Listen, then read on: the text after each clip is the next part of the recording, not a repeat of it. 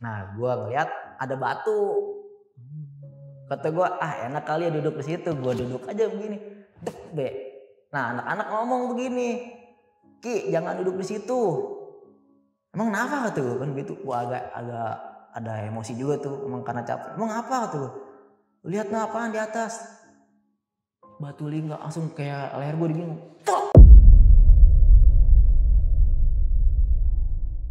Terus ada kayak suara harimau.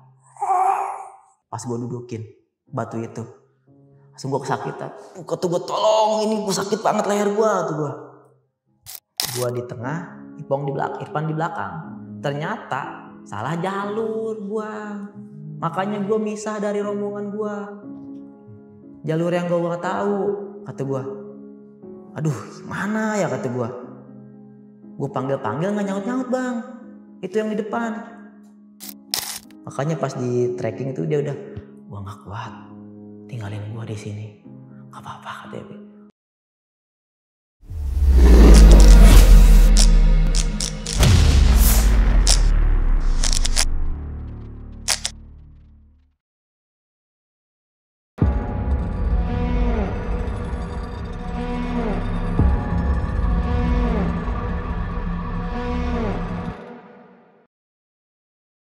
Jadi gue bang sama teman-teman gue ini ya, grup papir ini ya, pasti setiap lebaran itu gue pasti mendaki, punya acara.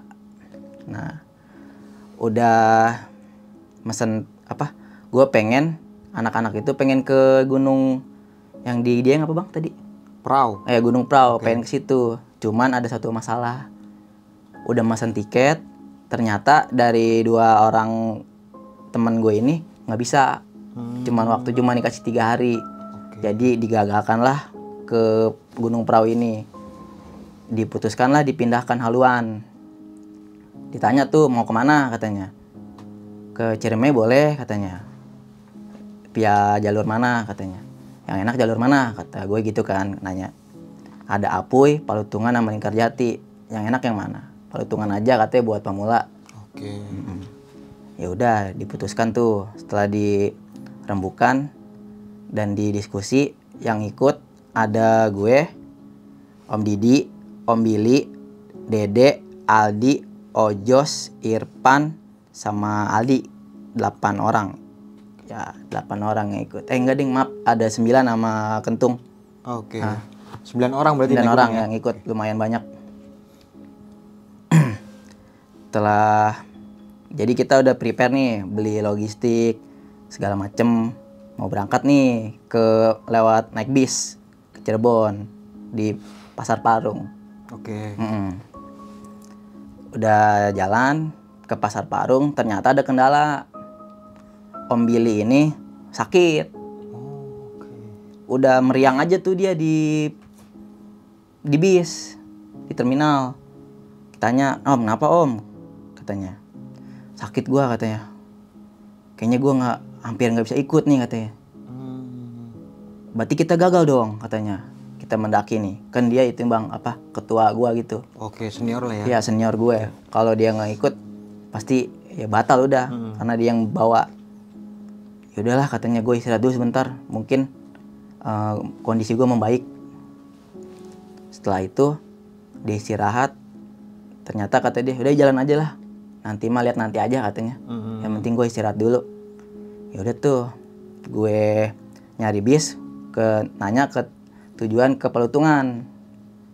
Setelah gue nyari, gue dapet kan. Katanya berangkatnya jam 10. Jam 10 malam ya? Jam 10 malam gue berangkat. Ya udah tuh, bari gue ngobatin Om Billy kan, gue kasih obat, tolak angin segala macem. Bari nunggu, gue beli makan juga sama anak-anak, ngobrol-ngobrol. Terus ngerencanain tuh buat di trek gimana nanti gimana. Gak kerasa udah mau gak kerasa udah mau di jam perjalanan jam 10. Berangkatlah naik bis ke arah Palutungan itu. Gue naik kan tuh ber-9 orang jalan. Nah yang gue aneh di bis itu, kenapa di depan gak ada yang ngisi di depan bis ini. Gue diajakin kan sama Dede, katanya, Ki duduk depan yuk jajal katanya. Ayo kata gue. Yang lain pada di belakang. Pas jalan, ternyata gue baru tahu kenapa nggak ada yang mau duduk di depan. Karena itu bis parah banget jalannya bang, ekstrim banget, ngebut, cuman jarak segini, serem Nyalip gitu ya. Nyalipnya serem banget jalur itu.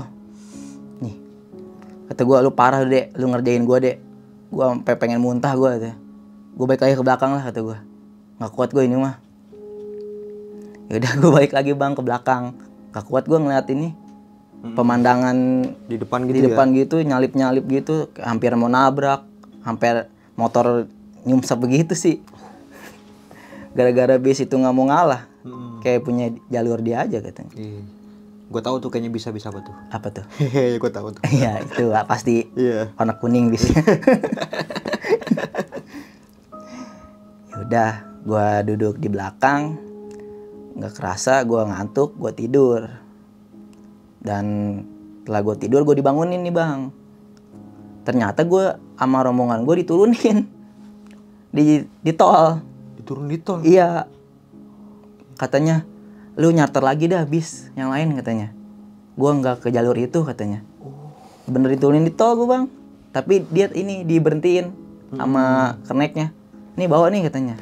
Rombongan. Mau ganti mobil berarti ganti bis ya? mobil. Bawa nih rombongannya. Mau ke Gunung Ciremai katanya begitu. Ya udah kata gue, sial banget kata gue, baru enak-enak tidur udah dibangunin. Tapi bayaran nambah nggak tuh? Bayaran Nambah lagi? Ya, cuman duit ini dibalikin setengah. Oh iya. Tadi gue bayar nambah lagi. Terus gue naik, gue nanya, bang ini jalur ini kan ke arah Paltungan? Enggak bang katanya, ini mah jalur Lingkarjati.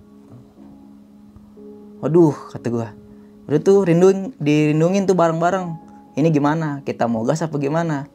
Anak-anak langsung semua setuju, udah gas aja katanya. Lingkarjati udah setengah jalan ya? Iya udah setengah jalan, udah sayang. Ya udah gue gas aja lah, sekalian daripada gue pulang lagi.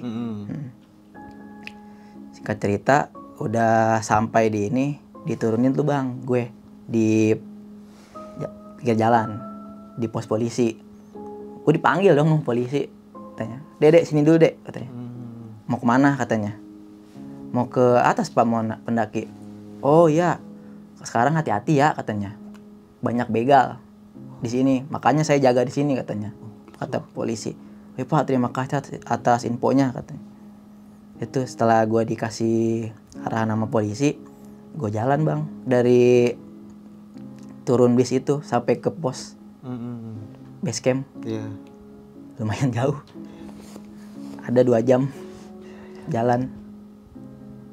Itu masuknya ke perumahan gitu sih. Singkat cerita, gue udah nyampe di base camp itu pukul 5 pagi. Nah base camp itu bukanya pukul 6 pagi. Jadi gue istirahat dulu kan, makan dulu. Ya udah tuh gue gue nyantai dulu di warung sembari periksa-periksa apa yang kurang apa gimana, peralatan. Periksa aman sih semua alhamdulillah. Di base camp itu banyak tertera kayak tulisan-tulisan gini bang. Jadi misalkan kencing sembarangan kena hipotensi, ngambil edelweiss disamperin nyelingga. Pokoknya buang sampah sembarangan jomblo seumur hidup. Kata gue, set gila juga nih. Kalau gue ngelanggar, kalau gue ngebuang sampah berarti gue nggak nikah dong. Iya, serem juga nih gunung. Banyak banget ininya, poster-poster tentang larangan-larangan situ. Tapi bener sih daripada nanti ngelanggar, yang udah dikasih tahu. Yaudah tuh, setelah itu udah pukul 6 gue registrasi. Registrasinya 50.000 seorang. Pas tapi dapat voucher buat makan lagi. Ya kupon lagi nanti buat ditukar apa gitu 10.000. Udahlah setelah registrasi tuh sebelum mendaki gue berdoa dulu.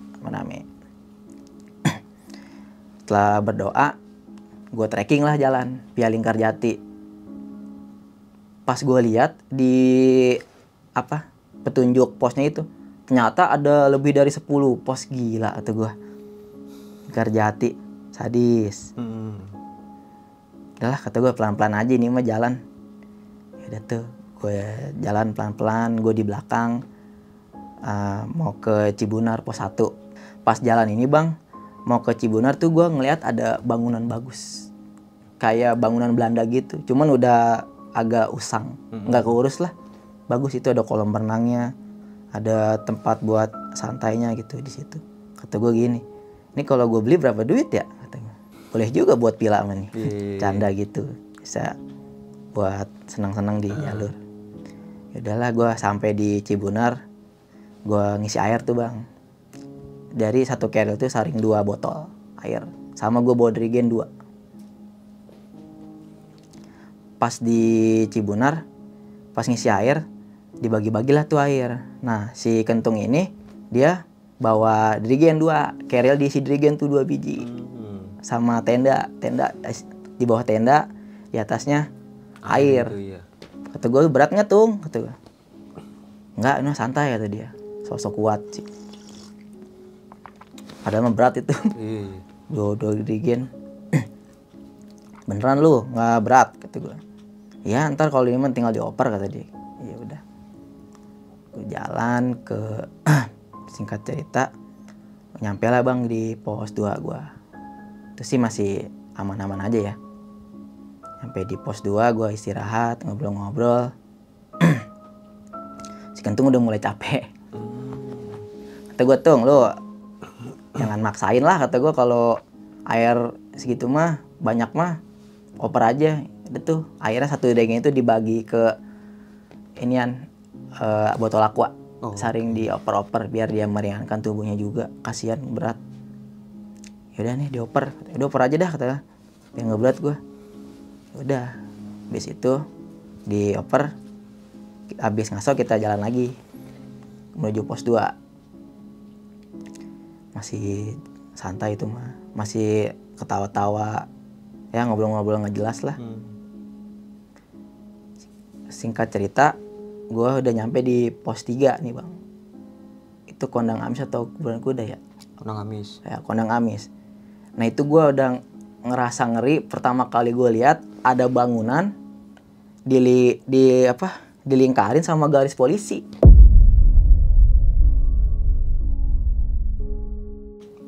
Police line. Iya. Gue nanya dong, Om, itu kalau begitu kenapa Om? Itu biasanya ada kejadian. Antara ada yang meninggal, apa ada gimana gitu, makanya guys polisi. Tapi nggak apa-apa kan Om? Ya nggak apa-apa, udah tenang aja. Itu gue situ lumayan lama istirahat tuh, karena emang tempatnya datar, enak juga. Cuman hawanya dingin banget, mencekam juga sih. Apa karena ngeliat garis polisi jadi serem gitu ya. Itu gue ngobrol ngalor ngidul di situ, setengah jam gue istirahat di situ. Yaudah, gue lanjut lagi jalan.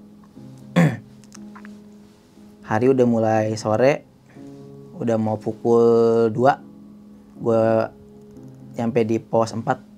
Gue putuskan untuk makan siang, bikin nasi, orek tempe, sama nugget goreng buat makan, buat ngisi tenaga juga. Habis itu mereka semua udah makan, istirahat lagi sebentar, kita jalan menuju ke pos 5. Habis di pos 5 kita istirahat sebentar, ada setengah jam. Setiap pos itu istirahat setengah jam sih kalau rombongan gue. Jalan santai udah. Iya, jalan santai aja, nggak usah buru-buru bang. Habis di pos 5 itu udah mau asar. Kata gue nanya, Om, ini kita ngecamp di mana? Yang nyari tempat datar aja deh katanya. Gue, yaudah Om, soalnya kita udah mau maghrib nih. Kan kata basecamp nggak boleh bawa mendaki malam katanya. Kalau bawa carrier bahaya katanya. Itu peraturannya berarti. Iya, bahaya katanya kalau bawa carrier, kalau mendaki terus. Yaudah ntar kita nyari tempat datar deh. Gue jalan lagi tuh menuju ke pos 6. Masih tempat yang gak landai. Gue Om, sini nggak bisa kata gue. Tempatnya nggak bagus buat bikin 3 tenda kan kata gue. Ya udah kita naik lagi dah di pos 7, pos Runi katanya. Itu singkat cerita gue sampai, alhamdulillah bang ada tempat datar buat ngedirin 3 tenda. Di sebelah juga ada tuh tenda pendaki lain, ada 2. Jadi enak tuh tempatnya di sini, kayak kotak gitu 2. Udah lah, gue mendiriin tenda, ada bagi-bagi tugas, ada yang bikin tenda, ada yang nyiapin buat bikin makanan. Kalau mereka nyiapin tenda, kalau gue tugasnya bikin makanan. Ya gue ibaratnya tukang masak. Di gunung ya? Iya, tukang masak. Terus gue nanya nih ke om gue, om gimana keadaannya? Masih sakit katanya. Belum sembuh. Tapi om kuat nggak katanya? Kalau nggak kuat nih kita turun dah katanya. Nggak, udah kuat katanya. Udah gue mau istirahat dulu. Ya, minta dikerokin tuh dia sama si Imat. Mat katanya kerokin gue nih, sakit banget badan gue. Udah tuh dia habis dikerokin, dia tidur. Kalau yang lain mah pada bercanda. Ada yang saut-sautan sama tenda sebelah. Ngomong gini, ada kali, ada nih katanya. Ya, saut-sautan. Ya bener disamperin, kentung sono. Ya kata gue, tung lu mah. Udah samanya itu mah. Lama dia di situ, ada sejam 2 jam ngobrol, ketawa-tawa tuh gue ya. Dasar tuh kentung. Ya udah tuh bang. Singkat cerita, udah mau maghrib, gue rencanain nih, ini kita summit jam berapa kata gue. Enaknya sih jam 2 katanya. Jam 2 pagi summit kita. Ya udah jam 2 pagi, nanti gue bangun jam 1 deh, gue nyiapin buat bikin sarapan kata gue. Gue masang alarm tuh, gue jam 1 buat gue bikin sarapan, terus buat anak-anak naik. Jadi jam 2 tinggal naik doang. Ya udah tuh. Kata udah kita istirahat dah, tidur. Tapi kita bangun kan jam 2 kata gue gitu. Di malam sih cuman kedengaran suara binatang kayak langkah kaki gitu. Tapi gue pikirnya positif lah, mungkin orang naik kan ya. Sama itu. Nah pas tengah malam ini Om Billy kesakitan ternyata. Dia ngerintih. Aduh kata gue, sakit gua, perut gua katanya begitu. Itu jam 11 malam dia ngerintih. Kebangunan semua dia gara-gara dia teriak. Om kenapa katanya? Perut gua sakit katanya, melilit katanya. Emang itu apa udah minum obat belum? Udah katanya, tapi masih sakit banget gitu. Ya udah tuh dia dikasih minyak angin perutnya, sama diurut-urut lah. Aduh katanya dia ngomong gini, Ki, gua nggak bisa ikut ya summit, gua nggak kuat katanya. Ya udah om, kita turun apa gimana nih katanya. Nggak usah turun lu, sayang udah di sini katanya. Gua di sini aja katanya, jagain tenda katanya dia begitu. Tuh kata gua, udah om turun aja kata gua, daripada masain. Udah nggak apa-apa, lu mendaki aja, sayang lu udah setengah jalan katanya. Gua mah tenang aja, aman katanya. Ya udah tuh si kentung mau nemenin dia ternyata. Mau nemenin dia. Udah katanya Ki, gue yang nemenin dah, Om Billy gue yang nemenin katanya. Gue obatin juga. Ya udahlah, gue akhirnya dari jam 11 itu nggak tidur dah bang. Sampai mau summit. Ya udahlah kata gue, bari ngobatin dia, sebari prepare buat makan juga. Tapi gue nggak tega juga sih ngeliat Om Billy sakit banget begitu. Pengennya sih gue turun, tapi dia bilang begitu gimana? Suruh naik. Ya udah, jadi yang naik itu gua, Dede, Om Didi, Irfan, Ojos, sama Aldi yang naik. Sisanya di situ nggak ikut naik. Udah tuh pukul 2 gua udah makan, gua jalan lah. Gua cuman bawa 1 keril, isinya 4 botol air sama kopi sama makanan ringan. Itu udah gue jalan tuh pukul 2 pagi, dingin banget bang, sumpah. Baru gue jalan pukul 2 pagi buat trekking summit. Udah gitu jalur Seruni panjang banget, gila, jalannya begini semua Seruni. Jalur paling gokil lah itu Seruni, itu tanjakan Seruni. Sampai ngap-ngapan gue menghabiskan waktu itu di Tanjakan Seruni sekitar 2 jam. Lumayan lama, padahal gue kosongan itu. Setelah situ, gue nyampe lah di jembat ini nih, tanjatan yang viral, Bapak Tere. Bapak Tere, gue nyampe. Gue ngaso dulu tuh di situ, baru ngeliat pelangnya. Wah ini Bapak Tere ini yang sering dibicarakan katanya, yang tanjatannya ekstrim. Bener bang, baru nyampe tanjatan Bapak Tere itu, Ya kita udah dikasih tali webbing buat nanjatnya itu. Iya. Ya udah saring gantian manjatnya, satu orang satu, ntar satu orang manjat dulu, ntar gantian itu, saling gantian. Itu udah, aduh, udah ngap banget bang. Padahal kosongan, gue nggak bawa apa-apa. Itu lumayan dingin juga cuacanya. Ya udah tuh, singkat cerita, gue udah hampir nyampe Batulingga. Nah, si Imat nih orangnya religius ya, dia sering nyetel sholawatan, jadi lumayan adem lah gitu di jalan. Alhamdulillah kata gue, nggak kerasa tuh udah nyampe ada tanjatan lagi terakhir sebelum Batulingga kalau nggak salah, kayak webbing lagi. Nah setelah gue nanjat di webbing itu, gue capek banget tuh bang, gue udah lelah banget. Nah gue ngeliat ada batu. Kata gue, enak kali ya duduk di situ. Gue duduk aja begini. Dek, be. Nah, anak-anak ngomong begini. Ki, jangan duduk di situ. Emang kenapa kata gue kan gitu. Gue agak ada emosi juga tuh, emang karena capek. Emang apa kata gue. Lihat apaan di atas. Batulingga langsung kayak leher gue digini. Tok. Terus ada kayak suara harimau. Pas gue dudukin batu itu. Langsung gue kesakitan. Kata gue, tolong, ini gue sakit banget leher gue, tuh gue. Tolong tuh gue, tolong dipijitin.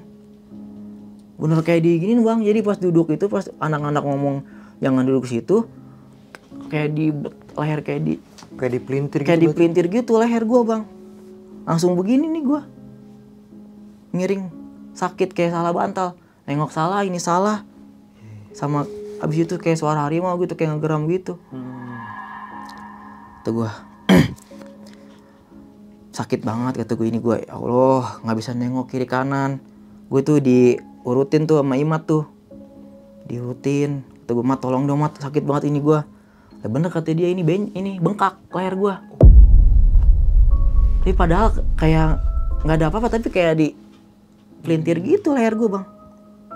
Katanya, Ki, emang gue ya? Katanya ini leher nih, katanya bengkak katanya. Dipijitin. Padahal kan lu tadi ngeliat ya, gue nggak diapa-apain. Iya, cuma lu kayak tadi, kayak lu langsung begitu tuh katanya. Leher lu pas lu dudukin batu.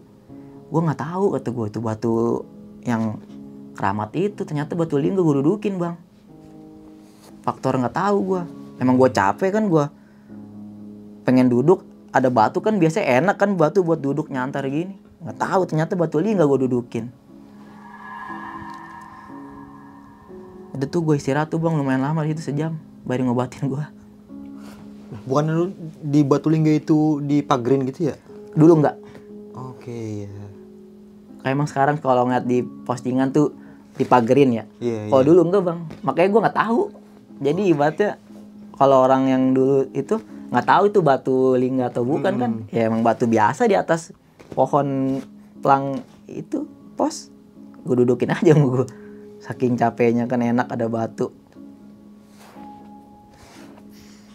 Ada tuh lumayan gue istirahat sejaman, ada lanjut lagi, masih leher masih begini, masih sakit.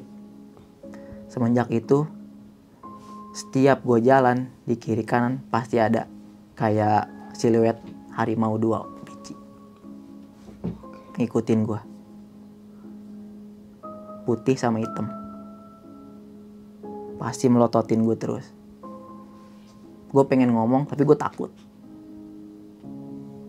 Tapi itu harimau ibaratnya nggak nyamperin gue, cuman ngeliatin di pinggir trek, cuman kayak ngikutin, mantau aja gitu. Ya mantau terus. Itu harimau. Setiap gue istirahat pasti dia ada, ngikutin terus, kayak marah gitu ke gue. Cuman dia nggak mau ngedeket. Kata gue, alhamdulillah lah kata gue, nggak mau ngedeket. Setelah itu gue jalan lagi tuh bang, pelan-pelan. Emang gue sakit kan, leher gue udah nggak ini lagi, berarti nggak fit lagi gara-gara leher sakit. Gue jadi pelan, jadi lama tuh gara-gara gue sakit. Akhirnya gue molor, nyampe di kalau nggak salah Pengasinan ya. Iya. Pengasinan itu pukul 6 pagi. Jadi gue nikmatin sunset ya di situ aja udah. Di Pengasinan. Sunrise. Sunrise sorry. Sunset mah sore. Nikmatin sunrise di situ sama anak-anak. Jadi telat aja itu gue. Singkat cerita, gue jalan, gue nyampe puncak itu pukul 9 pagi, Bang. Lumayan lama. Dari jam 2 pagi nyampe jam 9 pagi. Sama aja kayak ngedaki satu gunung kata gue. Lama juga. Di itu gue nggak dapet gumpalan awan, Bang. Pas di sana kurang bagus mungkin cuacanya. Tapi pas di yang jalur lain, Palutungan sama Apuy, bagus awannya. Gue bingung. Mereka nanya nih anak-anak, Ki, kita ke sana yuk, ke jalur yang Palutungan yuk. Nah, ada tuh jalurnya ya, buat ke sana. Di sana tuh jalurnya puncaknya ada kayak pembatas jalannya, ada pagar-pagarnya gitu. Kalau di Linggarjati bener-bener ngeplong, nggak ada apa-apa. Kalau jatuh ya udah jatuh lu ke bawah. Ayo dah kata gue, kita jalan ke situ. Pas gue lihat jalurnya, cuman jalur satu orang doang, kirinya di kawah, kirinya jurang. Gue nggak berani kata gue. Gue punya ketakutan sama ketinggian gitu sih. Kalau ngelihat ke bawah pusing kata gue. Udah gue nggak mau lah, lu aja dah sono gue kata gue. Mereka juga ragu, nggak jadi, takut. Emang jalurnya cuman serem banget. Jalurnya kecil itu. Kecil banget jalur Pundakan Naga itu serem. Kata gue, kenapa lu nggak jadi? Ya lu lihat aja jalurnya, gue juga takut lah. Emang lu doang takut katanya begitu. Udah tuh kata gue, yaudah tuh lah kita nyantai lagi aja. Ternyata udah pukul 10. Kata gue, waduh, udah pukul 10 nih. Udah kita turun dah. Kata gue gitu. Kita turun, ketemulah sama yang naik juga tuh, ada cewek sama cowoknya. Kasihan banget. Bang, punya air nggak bang? Tolong bang nih bang, cewek gue haus banget. Air gue tinggal segini nih. Kata gue, yaudah nih ambil dah kata gue. Kasihan, ceweknya udah ngap-ngapan banget itu. Nggak apa-apa, ini kita dikasih. Yaudah nggak apa-apa, kita mau turun ini kan kata gue gitu. Nggak bakal makan air banyak. Ya udahlah, nih. Kasihan tuh ceweknya minum. Kata udah bang, makasih ya katanya. Udah dikasih air gue. Udah tuh. Si Ojos ini ternyata punya ini nih, kuncian dodol Cina. Katanya, bang, mau nggak lu dodol nih gue dari keluarga dia emang orang Chinese ya. Enak nih katanya. Pas gue makan, bener bang enak. Banyak airnya dodolnya, jadi alhamdulillah dah. Kebantu dodol itu jadi gue turun. Gue turun cepet juga tuh lumayan. Singkat cerita, gue turun sampai ketemu lagi Om Billy itu pukul jam 12 siang. Udah tengah hari ya? Iya udah tengah hari. Gue tuh cepet ngebut karena kan gue ngawatirin Om Billy kan, takut kenapa-napa, dia berdua doang. Pas gue dateng langsung gue tanya, Om, gimana Om keadaannya? Katanya, gue parah banget katanya malam. Gue setiap 1 menit gue ke belakang, gue ngegali, gue BAB.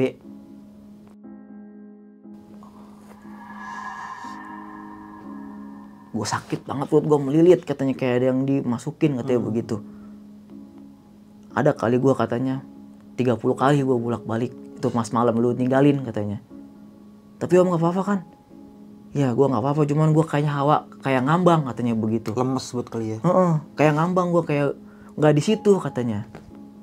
Gue muji aja katanya. Malah pas katanya gue pas lagi ngegali, gue digangguin mulu katanya. Cekikikin mulu katanya. Tapi sekarang Om gimana? Udah enakan badan? Udah katanya, cuman ini masih sakit katanya perutnya. Udah Om makan aja kata gue begitu kan. Makan aja biar banyak.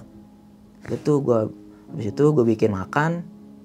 Habis bikin makan, sisanya orang itu teman-teman gue ngobatin dia biar cepet sembuh lah. Kasihan gue juga ke dia ngeliat orang hampir pengen mati sih katanya, pengen ngambang katanya. Si Om Billy ini? Iya, ngomong udah pengen ngambang katanya, udah nggak sadar dianya itu. Ya gimana bang ya? Kalau kita ibaratnya kalau diare itu kan lemes bang. 5 kali aja lemes Lemes apalagi bang. sampai lebih dari 10 Sampai gitu. 10 bang. Itu gitu BAB-nya. Gue juga kenapa kata gue ya, sakit apa gitu sampai BAB darah begitu. Tapi untungnya dia orangnya mentalnya kuat bang. Alhamdulillahnya gitu, nggak nyerah dengan keadaan gitu. Jadi masih bisa kuat. Itulah kata gue, alhamdulillah om lah. Kalau om nggak apa-apa gitu maksudnya nggak nyampe parah. Berarti kita turun nih ya. Iya dah, ternyata gue turun. Pas turun, habis makan kan ya, udah diobatin tuh, ambil dia minum obat.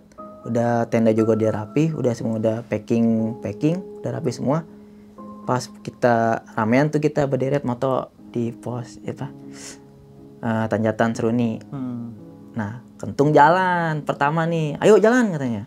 Kentung jalan, dia jatuh, ngegelinding ke bawah, kesandung atau gimana tuh, dubuk, dak kena palanya. Tapi untungnya nggak bocor, cuman benjol doang. Kena akar gitu. Kena akar kayaknya sih, nggak kena batu. Kalau kena batu pasti bocor ya. Iya kena akar. Potung, kata gue lu pelan-pelan apa mau kemana sih buru-buru? Ya gue pengen buru-buru pulang gue kayaknya, nggak mau sini lama-lama kata dia begitu. Emang apa yang lu rasa kata gue? Ntar aja lah ceritanya di bawah. Gitu dia begitu. Ya udah.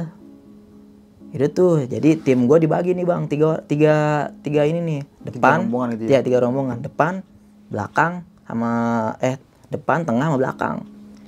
Si Kentung di depan, si Dede di tengah, gue di belakang nih, sama si Irfan sama si Aldi. Nah itu pas gue turun dari situ, ternyata gue ketinggalan rombongan. Si Aldi ini pas dari puncak emang dia udah ngeluh, udah nggak kuat katanya, tinggalin gua aja di sini katanya. Emang dia baru pertama kali mendaki via Lingkarjati, jadi perdana mendaki langsung dihajar ke Lingkarjati itu anak. Makanya pas di trekking itu dia udah, gua nggak kuat, tinggalin gua di sini, nggak apa-apa katanya. Kata gue jangan ngomong sembarangan lu kata gua. Masa lu gue tinggalin, udah pelan-pelan aja jalan. Ya udah tuh, dia jalan di depan, gua di tengah, Irfan di belakang. Ternyata salah jalur gua, makanya gua misah dari rombongan gua. Jalur yang gua nggak tahu, kata gua. Aduh, gimana ya kata gua. Gua panggil nggak nyaut bang, itu yang di depan. Malah juga nggak nemu pendaki, kata gua. Sepi berarti itu? Sepi. Jadi harusnya kan kalau jalur yang biasa nih ke kanan ya. Gue ngikutin si Ali kan gue jadi nggak ngeh gitu ya. Jadi malah ke kiri gue.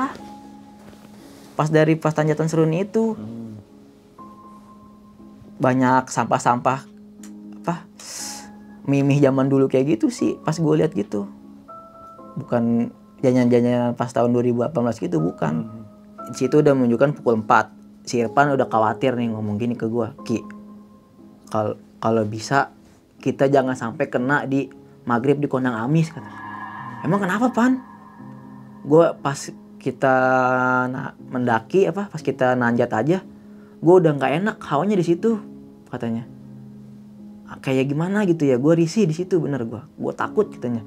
Kalau kita ketemu maghrib di situ udah gitu kita misalkan sama rombongan, kata gue. Ya udah Pan lah kata gue. Kita jalan pelan-pelan be, sebari nyari jalur yang benar kata gue gitu. Yang penting mah nih si Aldi kita jagain nih, katanya, jangan sampai bengong. Itu si Aldi gue tanya gini, Di, masih enggak lu? Ya, jangan iya doang. Masih ini enggak lu? Masih sanggup nggak? Sanggup kata gitu doang. Aduh kata gue, ini anak kata gue. Lu jangan bengong kata gue. Iya gue ya gitu doang bang jawabnya, iya doang. Itu si anak. Aldi ini. Si Aldi ini kayak pucet gitu. Udah pucet parah dah. Udah gitu kan hawanya kita nyasar. Pisah sama rombongan. Nah pas itu gue jadi si Aldi ini gue pegangin tangannya. Jadi gue saling megang aja dah. Aldi megang tangan gue, Irfan megang tangan gue jadi begini. Saling gandengan tangan biar gak kenapa-napa. Pas gitu ada persimpangan lagi nih bang. Ada 4 persimpangan. Sini. Pan, Ini milih yang mana kata gue. Aduh, bingung gue juga. Gue juga kan baru pertama kali mendaki ke sini, Ki, katanya. Gue juga bingung. Aldi masih ini katanya. Ya katanya. Masih gitu. Pas gitu ada gue berdoa lah bang.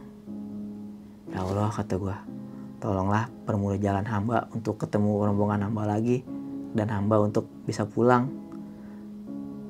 Tuh gue amin, tuh ya Allah tolong hamba lah biar cepat pulang biar nggak nyasar tuh. Setelah itu nggak lama kemudian ada burung jalak turun.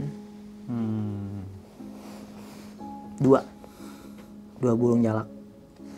Dia ngarahin ya ke kanan. Gue inget bang kata penjaga base camp yang di bawah, kalau ada burung jalak kalau nggak tawon itu pasti penunjuk jalan yang bener. Gue diskusi lah ke Irfan sama Aldi. Pan, Al, ini kan kita nyasar, ada 4 persimpangan. Ada burung jalak nih di jalur yang persimpangan yang di kanan. Kita ambil apa enggak nih? Ya udahlah kita ambil aja dah. Katanya begitu. Kan tadi kata penjaga base camp juga kalau ada burung jalak atau tawon hitam itu kan penanda jalan katanya. Ya udah tuh bang, gue ngikutin burung jalak itu. Pas gue samperin, dianya kabur. Tapi ntar kaburnya dia loncat ke depan. Ngikut apa? Kayak nunjukin jalan gitu. Gitu terus aja tuh bang, gue jalan. Udah gue nggak nemu persimpangan lagi tuh. Ada ini juga sih, kayak pertanda, kayak tali iketan gitu ya. Benang tali rapia gitu. Nah, alhamdulillah gue ketemu lagi bang di Kondang Amis tuh setelah 2 jam gue nyusurin jalur itu. Maghrib bener gue kata di depan. Nyampe di situ. Katanya, Ki, nyampe maghrib nih. Gimana ya kalau kita kepisah? Kalau nggak ada rombongan kita, ya udah pan lah, kita jalan dulu, yang penting mah jangan di jalur. Kita yang penting mah udah ditunjukin jalan kata gue. Ya udah tuh. Pas alhamdulillahnya si Dede ngomong, "Oi," katanya, "Sini." Harusnya kan jalurnya kan dari sini bang ya, dari kalau turun dari kanan ya. Lah gue ada di kiri di sini turunnya, di bawah, kiri bawah. Aneh banget katanya. Lu ngapain lewat situ katanya? Itu mau jalur lama nggak kepake. Tahu gue nyasar nih ngikutin Bang Aldi itu gituin kan. Apa? Melamun mulu jalannya, jadi nyasar gue katanya. Untung aja gue dikasih jalan sama burung jalak tuh, ditunjukin jalan. Kekhawatiran si Irfan ternyata aman bang. Alhamdulillah di situ rame. Di Kondang Amis itu banyak pendaki, jadi aman lah. Bukan rombongan gue doang. Kalau rombongan gue doang pasti gue ketakutan bang. Soalnya itu bikin mental downnya itu ya itu yang ada bangunan di garis polisi. Iya, yang kemarin yang dilihat itu ya. Iya, yang kemarin dilihat itu pas awal mendaki. Pasti gue ngedownnya karena itu. Nah, di situ gue disuguhin tuh kan, teh hangat nih, minum dulu nih, lu pasti capek kan, lu nyasar 2 jam katanya. Ya makasih ya, Om, gimana udah sembuh? Udah alhamdulillah. Tadi gue ngebuang semua tuh katanya di jalur. Banyak katanya. Udah gitu gue udah plong katanya. Langsung gue minum obat diare katanya. Ya udah Om, alhamdulillah. Ya, katanya dia cerita nih, Ki, gue kan tadi nanya-nanya ya, air kita kan habis kan. Gue nanya-nanya nih sama orang pendaki, Bang, air nggak ada lagi bang ya selain di Cibunar katanya. Ada bang, di sana katanya. Yang seberang bangunan yang di garis polisi ada jalur lagi tuh, jalur setapak. Itu ada air bang, lu cari Gi katanya. Cerita begitu. Dia jalan sama si Kentung ke situ. Pas dia nyari air, ternyata dia nemu goa bang, kotak segini. Gue nemu goa sekotak gitu, dalamnya kayaknya dalam banget gitu ya. Itu gue mau masuk, gue kira airnya ada di situ katanya. Ternyata gue dipanggilin sama pendaki, Bang, bukan ke situ nih, air di sini. Aduh katanya, untung gue nggak jadi masuk. Coba kalau gue masuk, nggak tahu gue tuh ya apa. Ya? Hah? Iya, kalau masuk nggak bisa keluar lagi. Mungkin bang, orang goanya kecil banget sih katanya, cuman ukuran manusia, kotak gitu. Ada di bawah katanya dia. Tapi emang dia ngedengar suara air bunyi. Cuman katanya untung aja gue dipanggilin sama akang-akang itu katanya. Airnya mah di pelaron katanya, ngucur ada. Ya, kata gue alhamdulillah tuh lah. Nggak masuk ke gua, coba kalau masuk ke gua bisa berguru di situ kan. Gitu. Itu tuh kata dia alhamdulillah tuh gua dapat air banyak lumayan buat turun, perbekalan buat turun. Pas habis itu gua istirahat lumayan lama di situ sejaman karena ini juga capek juga kan habis nyasar. Ya udah gue jalan lagi nih bang menuju ke bawah. Nah di pas bawah itu pas di trekking menuju jalan ke pos berikutnya itu kabut turun bang, tebel banget dari jalan gini. Kata Om Billy gini, rapat katanya, pegangan tangan satu-satu, gandengan. Jadi ditaruh center satu, depan, tengah satu, belakang satu. Senternya nggak nembus ke kabut itu. Cuman berapa jarak pandang dong segini nembus ya, sisanya nggak jalan. Tapi untungnya masih bisa kelihatan. Nah itu dia hampir jatuh di alang-alang, salah jalur tuh Om Billy. Ya kubab. Aduh katanya, Om nggak apa-apa Om, nggak apa-apa gue salah jalur katanya. Hati-hati ya katanya, ini kabutnya parah katanya, tebel banget gitu. Udah tuh, terus lah bang gue jalan. Pas mau ke pos 3 menuju pos 2, nah udah mulai hilang nih kabutnya hilang. Gue ngeliat nih di pinggir trek itu banyak pendaki pada diem gini aja.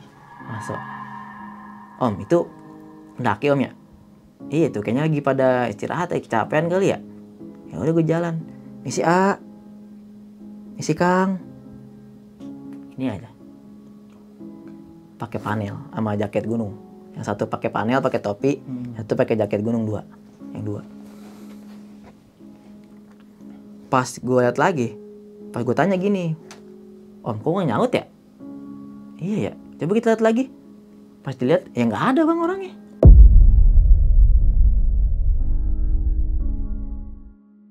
Gue pastiin lagi nih, yang ngeliat siapa aja, pada ngacung semua. Berarti pada ngeliat semua? Ngeliat semua. Lu bukan halu kan nih kata gue. Enggak, gue ngeliat semua kok. Kecuali lu doang yang ngeliat kata. Ini ngeliat semua kata orang. Gue juga denger sih emang paling nyapa semua. Misi A, misi katanya. Katanya, yaudahlah rapatin kata Om Billy gini, rapatin barisan, jangan nengok kiri kanan, jalan pelan-pelan kata gitu. Habis dari situ, sekarang Om Billy ngelihat ojek di depan motor nyala, sama di depannya ada warung. Katanya, noh, tukang ojek katanya. Gitu. Kita dikit lagi nyampe. Kata gue, Om, mana ada tukang ojek? Kata gue. Itu mah alang-alang. Gue gituin. Oh iya ya bener. Nyata yang ngeliat ojek itu Om Billy doang. Yang ngeliat ojek. Tapi warung bener no Om depan. Gue ngeliat. Kata gue gitu kan. Ya no warung. Di depan. Ya udah tuh, ayo kita nukerin kupon katanya di warung kan. Sisa yang tadi pagi. Pas nyampe di situ, bukan warung bang, alang-alang ternyata. Ya, lah ini mah bukan warung, alang-alang kata gue. Semua yang ngeliat, kalau yang warung tuh semua ngeliat tuh. Ada warung nyala terang, lampunya gitu ya. Lampunya udah bahagia dong, pengen makan, pengen minum es. Ternyata bukan, masih alang-alang. Ternyata gue masih di pos 2, masih di hutan. Udah tuh mulai panik kan anak-anak. Om mana nih Om? Katanya udah tenang katanya. Sekarang rapatin barisan, lu jangan pada nengok kiri kanan. Imat katanya, baca sholawatan katanya. Ini dia doang yang bisa. Yang lain mah nggak bisa. Katanya untuk ojos katanya, Joshua, lu baca doa keyakinan lu aja. Kan dia Chinese. Oke Om katanya. Tuh, gue jalan pelan-pelan, jalan akhirnya Gue nyampe lah di Cibunar situ. Nah itu bener ada tukang ojek sama warung, itu bener real. Gue tanya, bang bukan alang-alang kan, gue gitu. Lah bukan tong katanya, lah gue mau orang kata gue gitu.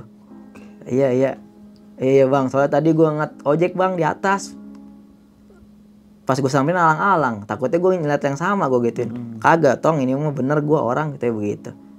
Udahlah kata gue, ngasok lah gue tuh di warung pertama di Cibunar. Kata gue, kumpulin nih tiket, kata gue. Udah tuh dikumpulin, dibeliin minuman sama makanan. Nah disinilah mulai bercerita nih bang, satu-satu. Ternyata si Aldi, dia tuh kayak ngeliat badan gede pas awal mendaki ya, hitam berbulu, dia melototin dia.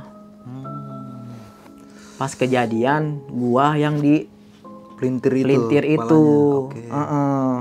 Pas di pelintir, makanya dia diem gugup aja dari awal situ sampai turun juga. Dia kayak orang gimana gitu ya, ngelamun terus. Gua ngeliat itu katanya, makanya gua pas jalan sama lu bertiga, gua disuruh jalur kiri, ada yang bisikin gua, ya jalan kiri. Ya udah gue ikutin. Waduh kata gua, jangan diikutin kata gua. Untung aja kita masih diberi jalan kata gua, untuk keluar dari jalur situ. Ya kata gua, maafin gue ya katanya. Ya nggak apa-apa lah kata gua. Terus Billy cerita pas dia pas gue tinggal ngedaki, pas dia BAB darah terus tuh kan, nyata dia di tenda juga digangguin, diorak-orak di tendanya. Pas dia BAB ke belakang di jogrogin begini katanya sama cewek. Katanya om kenapa nggak dibawa pulang aja ceweknya gituin. Gue ledekin kan, udah di bawah kata gue. Gila aja lu, boga amat gue bawa demit katanya begitu. Itu. Nah, gue karena yang cerita, sebenarnya gue lebih parah nih kata gue. Gue pas dari yang gue di pelintir itu, gue diikutin mulu sama harimau 2 katanya. Wah yang bener lu, iya gue diikutin mulu tuh pas dari Batu Lingga sampai ke atas. Selalu harimau putih sama harimau hitam kata gue. Itu nggak pernah sedikit pun dia memalingkan wajah ke gue gitu. Selalu ngeliatin gue dengan tatapan marah kata gue. Emang lu ngapain kata Om Billy, kan dia nggak tahu ya. Kiki nggak tahu om, Kiki capek habis naik Batu Lingga, Kiki duduk aja di Batu Lingga. Tahu-tahu ya ada yang di pelintir layar Kiki. Ya itu masalah lu katanya, batu keramat lu dudukin. Gitu. Terus gimana? Jadi gini om, pas turun Kiki kan terakhir, Kiki diem-diem minta maaf. Jadi pas ini bang, pas gua turun itu, gua minta maaf bang langsung. Nyelingga, mohon maaf, saya tidak sengaja menduduki batu Nyai, gua gituin kan. Maafkan saya bila saya berbuat salah, tolong dimaafkan gitu. Habis dari situ angin berembus bang, terus rasa ininya agak hilang, alhamdulillah. Bengkaknya hilang tuh? Bengkak hilang, sedikit, tapi nggak langsung hilang ya. Sedikit demi sedikit gue bisa digerakin. Pas gue minta maaf itu, pas gue cerita gitu, ada orang warung ngedenger. Kenapa emang dek katanya? Itu pak, gue jelasin kan gitu, dudukin ini. Ya itu dek, untung kamu nggak diapa-apain katanya, mau dudukin ininya. Itu sebenarnya dek, kalau kamu lihat ada tapak harimau katanya di batu itu katanya. Oke, itu orang-orang bilang kayak gitu? Orang situ asli. Oke. Dijelasin lah tuh bang sama dia bang tentang Gunung Cerme satu persatu. Nih dek, dulu Gunung Cerme itu bukan kayak sekarang katanya favorit gunung buat mendaki, bukan. Dulu Gunung Cerme cuman buat nyari ilmu, nyari pelet katanya. Orang-orang nyari kesaktian doang katanya. Di pos 1 katanya, kalau lu pengen nyari pelet, ada namanya Nyai Pelet katanya di situ, di pohon pinus katanya di situ. Di pos 3 kalau nggak salah ya, itu dulu ada pembantaian warga desa oleh Jepang katanya. Oke. Di kuburan kuda juga katanya itu. Katanya. Di situ katanya sering dari antara pos 3 atau 4 itu sering terlihat arwah-arwah pribumi yang dibantai sama Jepang katanya. Berarti dijelasin semua sejarahnya. Jelasin tuh Bang satu-satu sama dia posnya. Di Kondang Amis ada garis polisi ya? Iya Pak katanya. Soalnya itu bekas dulu kejadian ada yang meninggal di situ, evakuasi di situ. Oke. Kena hipo katanya kalau nggak salah ya gitu. Iya Pak, makanya saya kaget. Kenapa ada garis polisi di area situ? Iya katanya. Itu belum diambil sama polisi katanya. Itunya belum dicopot karena masih mungkin penyidikan ya. Kenapa bisa meninggal gitu. Dikasih tahu lagi tuh Bang, Bapak Tere katanya.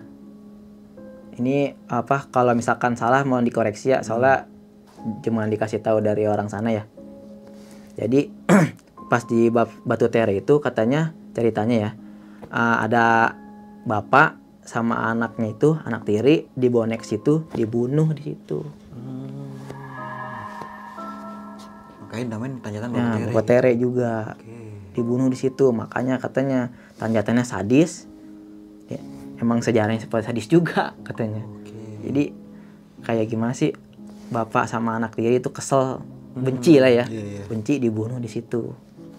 Di Tanjatan Seruni juga dijelasin katanya. Tanjatan Seruni juga ada arwah namanya Seruni, cewek katanya. Dibunuh juga sama cowok. Gitu.